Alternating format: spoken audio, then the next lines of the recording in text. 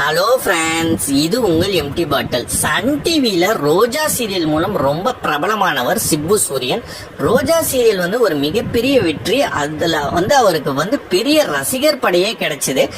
ரோஜா serial கிட்டத்தட்ட முடிஞ்சு இப்ப 3 ஆண்டுகள் ஆக போகுது.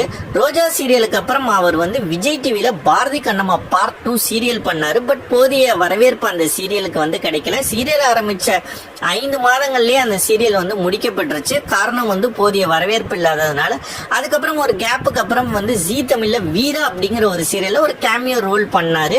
இப்ப ஜீ தமிழ்ல பாத்தீங்கன்னா கெட்டி மேளம் அப்படிங்கிற ஒரு சீரியல்ல நடிச்சிட்டு வராரு. இந்த சீரியலும் பாத்தீங்கன்னா ஓரளவுக்கு அவருக்கு ஒரு பெரிய வரவேற்பு இல்லைன்னு தான் சொல்ல முடியும்.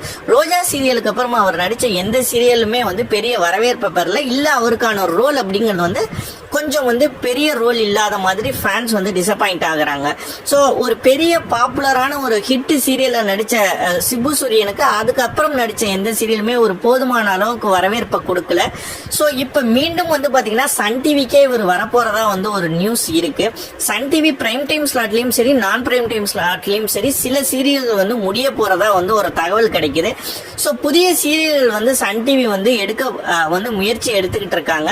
அந்த சீரியல் ஏதாவது ஒரு சீரியல்ல சிப்பு சூரியனை ஹீரோவா நடிக்க வைக்கிறதுக்கான வாய்ப்புகள் அதிகம் அப்படின்னு சொல்லப்படுது.